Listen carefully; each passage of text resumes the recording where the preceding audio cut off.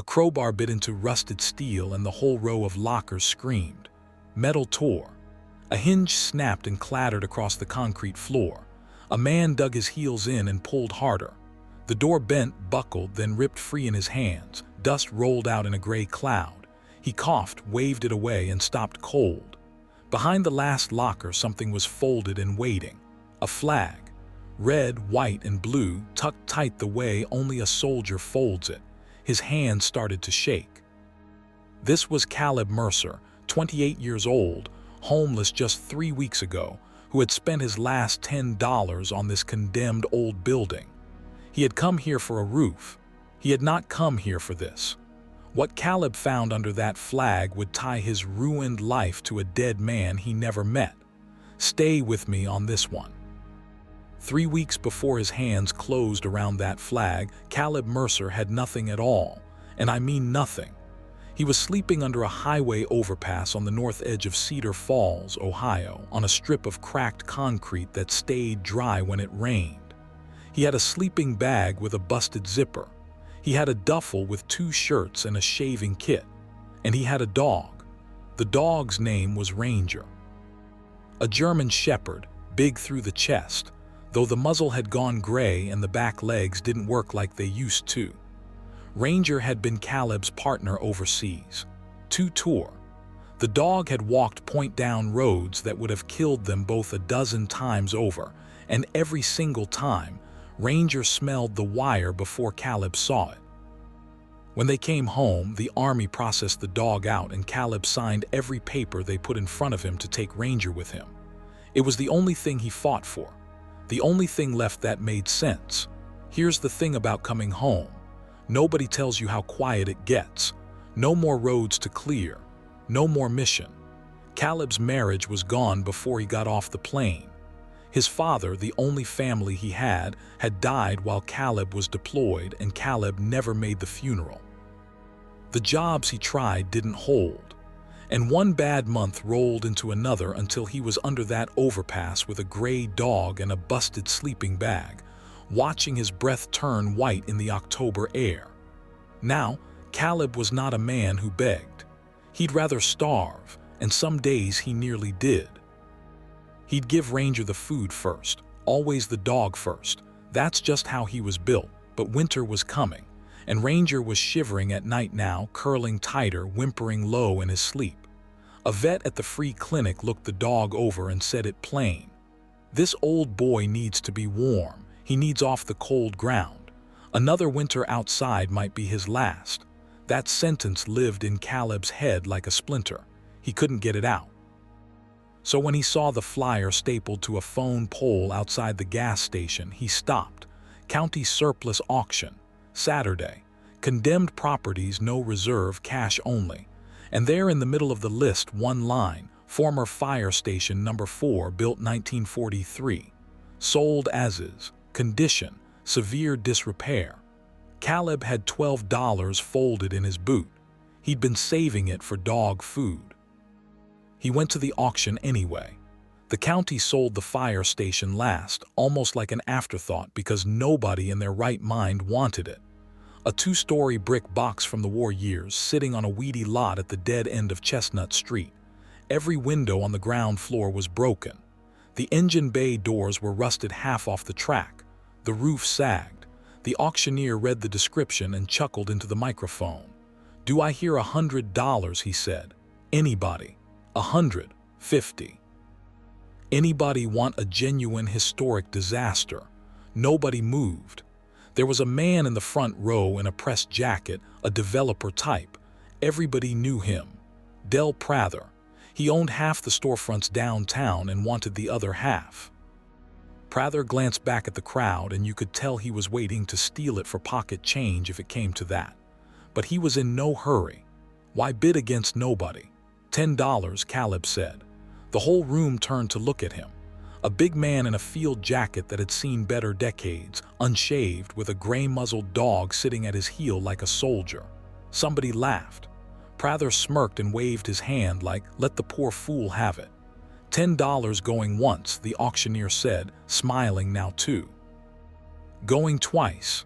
Caleb held that $10 bill so tight his knuckles went white. Sold to the gentleman with the dog. People clapped. Not for Caleb, they clapped the way you clap at a joke. And Caleb walked up, laid his $10 on the table, signed a paper on a clipboard, and they handed him a rusted iron key on a loop of wire. He didn't say a word to any of them. He just took the key, put his hand on Ranger's head, and walked out into the cold with a home for the first time in a year. Believe me, he knew what they thought of him. He didn't care. He had a roof now. That was the whole world. The key barely turned the lock, but it turned. The inside of fire station number 4 was worse than the outside, which is saying something. The engine bay was a cave of shadows and pigeon mess, and one gutted old fire truck up on flat tires. The upstairs was where the crew had lived, and the floor up there groaned under Caleb's boots like it was warning him. But the roof over the back corner still held, and that back corner was dry. Caleb made that corner theirs. He swept it clean. He hauled up an old mattress that wasn't too far gone. He nailed a tarp over the broken window to keep the wind out, and he got a rusty wood stove in the crew kitchen to light after an hour of coaxing. When that first fire caught and the heat rolled out, Ranger walked over to it slow, circled twice, and lay down with a groan that was half pain and half pure relief. Caleb sat next to him and watched the dog stop shivering for the first time in weeks. He put his hand on Ranger's ribs and felt them rise and fall, warm at last. And this hard, broken man who hadn't cried at his own father's grave because he wasn't even there, felt his throat go tight. "We made it, boy," he said. "Look at that. We made it." He spent the first days just making the place livable. And the more he cleaned, the more the old station started talking to him. A brass bell by the stairs, green with age. A chalkboard with a shift schedule from decades ago, names of men long gone. A coffee mug on a shelf. A photo curling in a frame. 6 firemen standing in front of that same fire truck when it was new and red and gleaming. Somebody had lived here. Somebody had cared about this place. You could feel it in the bones of the building. The crew quarters upstairs were the last thing Caleb tackled because part of the ceiling had come down and he had to clear the fallen plaster first. Slow, filthy work. And when he finally got the floor cleared, he found the whole back wall was lockers. Tall steel ones, one for each man who'd worked here with a little card slot on the front for a name. Most of the name cards were long gone. Caleb pried the lockers open one by one and most were empty. A moldy coat. A single boot. A rusted flashlight. Nothing. But the last locker, the one jammed hardest into the corner, wouldn't open at all. The door was warped and the latch was rusted solid. Caleb worked at it with a screwdriver, then a pry bar, and finally he wedged the crowbar in and put his whole weight on it. That's when the row of lockers screamed. That's when the door tore free.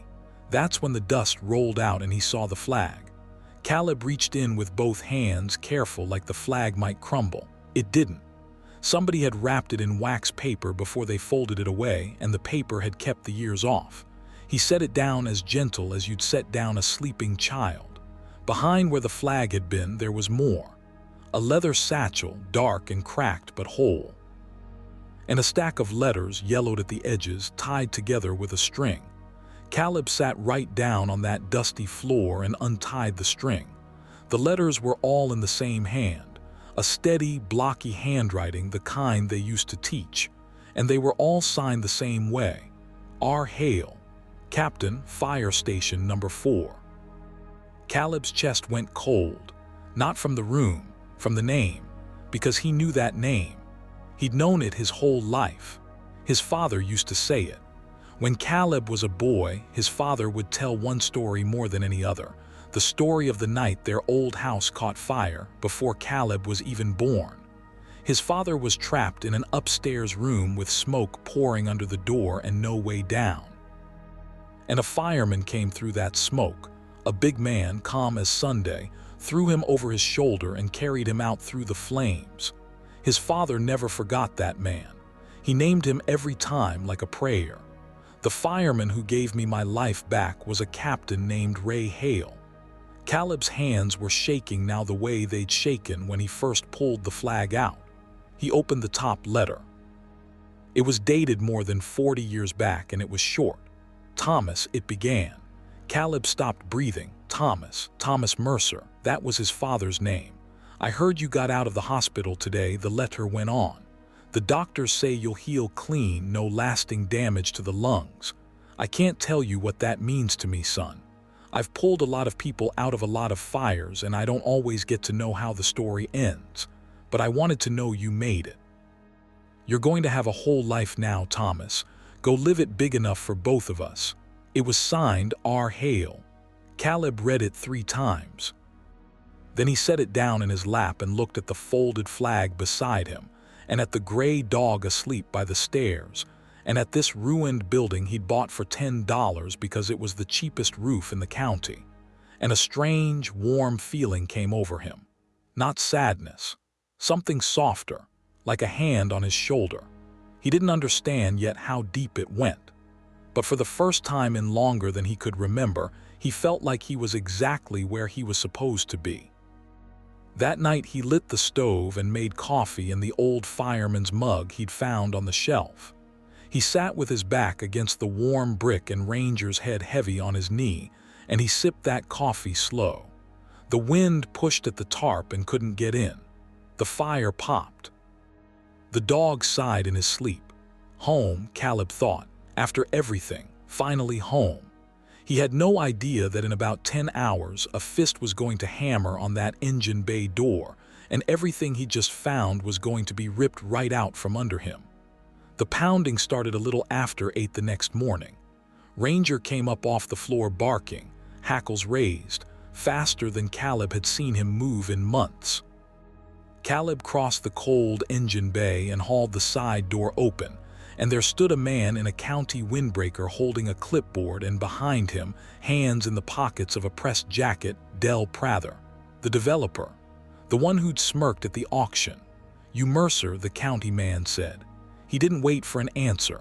"I'm from the county recorder's office. There's a problem with your purchase." The problem was back taxes. According to the county's records, Fire Station Number 4 had unpaid property taxes and liens going back years, and those liens hadn't been cleared before the auction.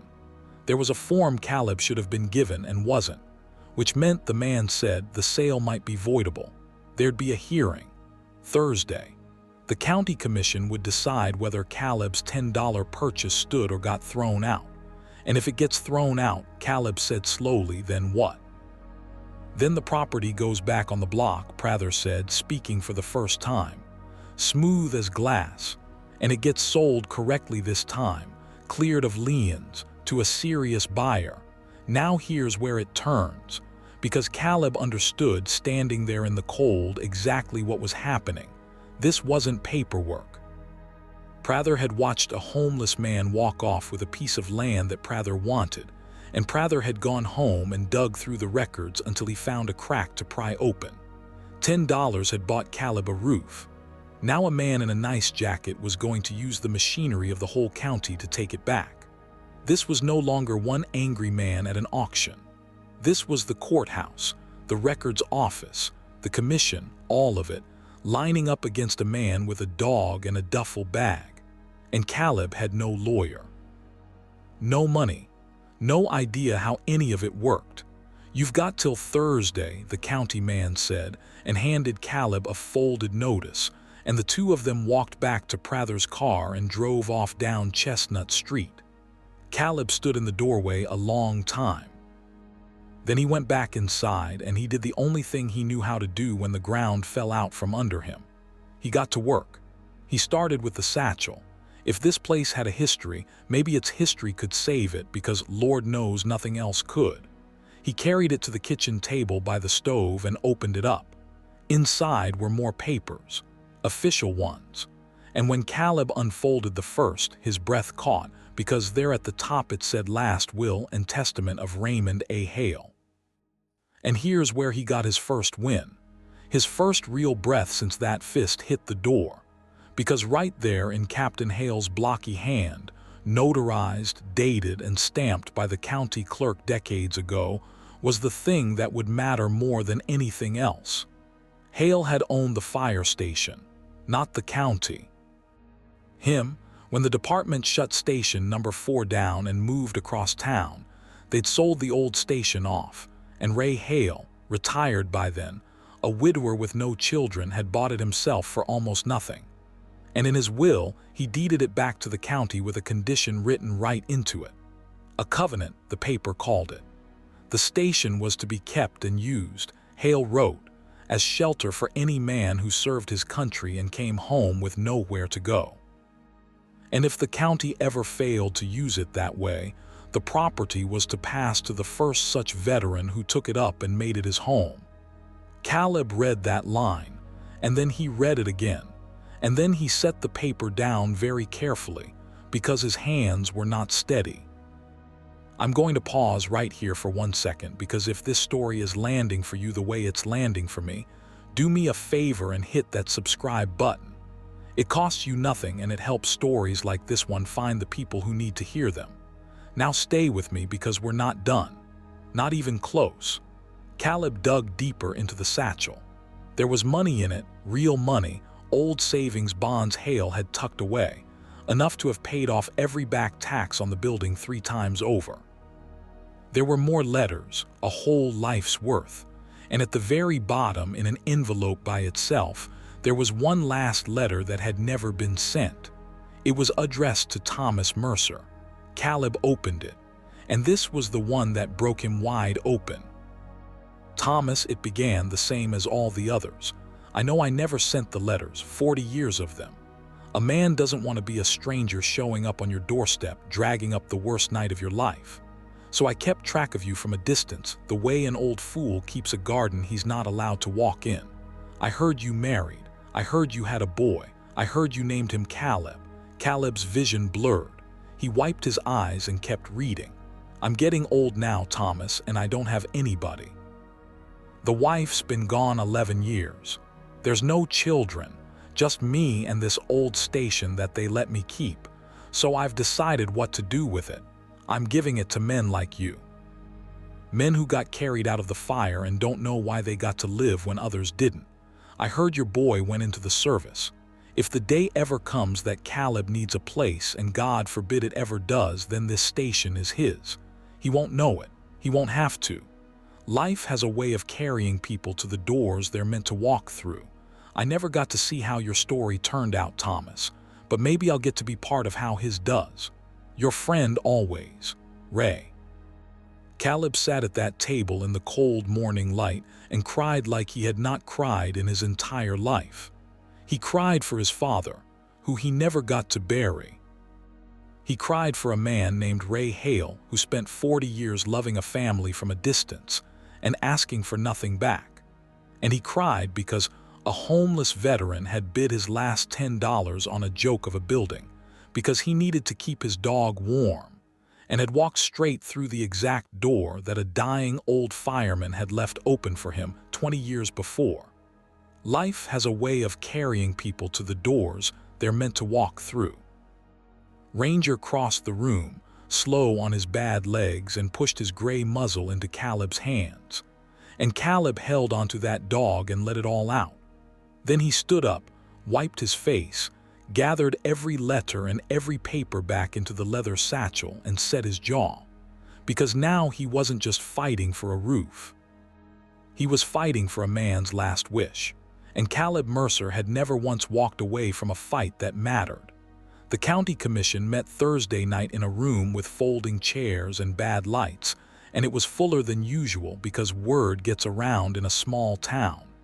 The homeless fella with the fire station, the rich developer trying to take it. People came just to see it. Del Prather went first, and he was smooth. He had his own lawyer. He laid out the liens and the unpaid taxes and the missing forms, and made it all sound like simple housekeeping. A mistake had been made. The county had let a valuable public asset go for $10 to a man who, and here Prather paused delicately, who wasn't even in a position to maintain a property of this size. The responsible thing, he said, was to void the sale, clear the title, and let the market decide. He had a certified check right here, ready to make the county whole tonight. The commissioners nodded. You could feel which way it was going. 5 people at a long table, and every one of them looked like they'd already made up their mind. Then the chairman said, "Is the buyer present?" and Caleb stood up. He'd shaved. He'd found a clean shirt. He walked to the front of the room with the leather satchel under his arm and the folded flag in his hands, and behind him, Ranger padded up the aisle and sat at his heel, and the whole room went quiet. "My name is Caleb Mercer," he said. "I bought this building for $10 because I had a sick dog and no place to keep him warm. Mr. Prather's right about one thing. When I walked in here, I didn't know the first thing about that station, but I know it now. And before you vote, I need you to know it too." He set the flag on the table in front of the commissioners. Then he opened the satchel. "This building was never really the county's to sell," he said. "It belonged to a man named Captain Raymond Hale. Some of you are old enough to remember him." An old woman in the second row put her hand to her mouth. "Ray," she said softly. "Ray Hale." Caleb laid out the will. He read them the covenant, in Hale's own hand, notarized and stamped by their own county clerk 40 years ago. The station was to shelter any veteran who came home with nowhere to go. And if the county ever failed to use it that way, it passed to the first such veteran who made it his home. "You put it up for auction as a condemned surplus," Caleb said. "You forgot what it was. You forgot the man who left it to you and what he asked in return. And a homeless veteran walked in and bought it and moved into it. Gentlemen, you didn't make a mistake $10 can fix. Without knowing it, you did exactly what Ray Hale asked you to do." Prather's lawyer was on his feet, sputtering about taxes. Caleb reached into the satchel and set the savings bonds on the table. "Captain Hale left money to cover every dollar of tax on this building, forever," Caleb said. "It was in the wall the whole time. The county never lost a cent. There is nothing here to fix. There's only a promise to keep." And then, because he wanted them to understand all the way down, he told them the last part. He held up the unsent letter and told them who Thomas Mercer was. He told them about a fire 40 years ago and a young man trapped upstairs and a captain who walked through the smoke and carried him out. He told them that young man was his father. He read them the line, "If the day ever comes that Caleb needs a place, then this station is his." "He didn't know me," Caleb said, and his voice finally cracked. "He wrote my name in a letter 20 years ago and left me a door, and I walked through it without even knowing it was there. So you can vote however you want, but I'm not leaving. Because a man kept a promise to my family for 40 years, and I'll be damned if I let it get bulldozed for a parking lot." The room was dead silent. The old woman in the second row was crying, and the chairman looked down at that folded flag on the table, and then at the will, and then at the big man and his gray dog, and he cleared his throat. "I move," he said, "that we recognize the covenant of Raymond Hale, honor the will as written, and confirm Mr. Mercer as the rightful owner of station number 4. "Second," said the woman beside him before he'd even finished. It wasn't close. It wasn't even 4-1. It was unanimous. And when the gavel came down, that room of folding chairs and small-town people stood up and clapped, and this time, believe me, they were not laughing. Del Prather picked up his certified check, put it back in his jacket, and walked out the side door. Nobody watched him go. They were all looking at Caleb. Spring came slow to Cedar Falls that year, but it came. Word of what happened in that meeting room spread, the way the best stories do, and things started showing up at the door of station number 4. A retired contractor came by one Saturday with his truck and 2 grandsons and said he'd always wondered what happened to old Ray Hale's station, and he'd like to help fix the roof. Then a glazier came to reglaze the windows. Then the woman from the second row, who turned out to have been a dispatcher back in Hale's day, organized half the church to come scrub and paint. Caleb tried to turn them away at first. He wasn't a man who took charity easy, but an old veteran who'd come home from his own war a long time ago put a hand on Caleb's shoulder and said, "Son, this isn't charity. This is what the man wanted the place to be. Let us." So Caleb let them. They fixed the roof. They cleared the engine bay. They got the old fire truck running, if you can believe it, and it sat out front red and gleaming like the photo on the shelf. Caleb used Hale's savings bonds the way Hale would have wanted, and slowly, room by room, station number 4 came back to life. And it became exactly what Ray Hale had written into his will all those years ago. A place for veterans who came home with nowhere to go. Caleb put beds in the old crew quarters in the very room where he'd found the flag. Room for 6 men. It was never empty long. Word got around about the station at the dead end of Chestnut Street, where a big quiet man and a gray dog would take you in. No questions, no judgment, and give you a warm bed and a hot meal in time to find your feet again. Caleb hung Captain Hale's flag on the wall by the door, framed now, where every man who walked in would see it. Below it he hung the photo of the 6 firemen, and he'd figured out by then which one was Hale. Big man, thick through the shoulders, calm eyes, the kind of man who walks into fire and carries you out and never asks for your thanks. Caleb talked to that photo sometimes, late at night, the way you talk to somebody who's gone. Told him how the place was doing. Told him about the men who'd come through. Thanked him. And Ranger. Old Ranger got his warm winters at last. He got his soft bed by the stove and his slow walks in the yard and a whole station of grateful men who slipped him scraps under the table when Caleb pretended not to see. The dog who'd walked point down 100 deadly roads finally got to lie in the sun and rest. He made it a good while, longer than the vet had thought he would. But dogs don't stay forever, and one warm evening in his second spring at the station, Ranger lay down by the stove in that back corner, the same corner where he'd first stopped shivering, and he let out a long breath and went to sleep and didn't wake up. Caleb sat with him all night on the floor, his hand on the dog's ribs, feeling them go still. He buried Ranger in the yard under the one big oak, and he made a marker for him, and every man in the house stood out there in the morning while Caleb said a few words. He didn't say much. He wasn't a man of many words. He just said, "This dog got me here. He kept me alive long enough to find the door." And then he couldn't say any more. But here's the thing. Ranger got what Caleb had wanted for him more than anything in the world back when Caleb had nothing at all. A warm place, a soft place, a home to finally rest in. That old dog didn't die cold under an overpass. He died in the sun, surrounded by men who loved him, in a house full of second chances. That was the whole reason Caleb had bid $10 in the first place, just to keep his dog warm one more winter.